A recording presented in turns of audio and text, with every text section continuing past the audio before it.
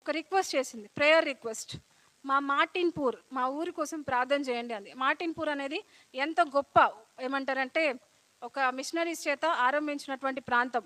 అయితే ఆ మిషనరీస్ చనిపోయాక వాళ్ళందరూ చాలా క్రూరులుగా తయారై, ఎంత క్రూరులు అంటే ఆడపిల్లల్ని కిడ్నాప్ చేసి వాళ్ళని అమ్మేసి రేప్స్ అట్లా భయంకరంగా జరుగుతుంది. అప్పుడు మార్టిన్పూర్కి వచ్చినప్పుడు బక్సింగ్ గారు అందరు ఎక్కిరించారంట. ఎందుకు నువ్వు ఇక్కడ టైం వేస్ట్ చేసుకుంటావు, నువ్వు వెళ్ళు అన్నారంట. నువ్వు ఎందుకు మా దేశానికి వచ్చేది, మేము మారవు అన్నారంట. అయితే వెంటనే 4 రోజులు నిద్ర లేదు, ఏ ఒక్క వ్యక్తితో మాట్లాడలేదు, 4 రోజులు ఉపవాస ప్రార్థన చేశారు.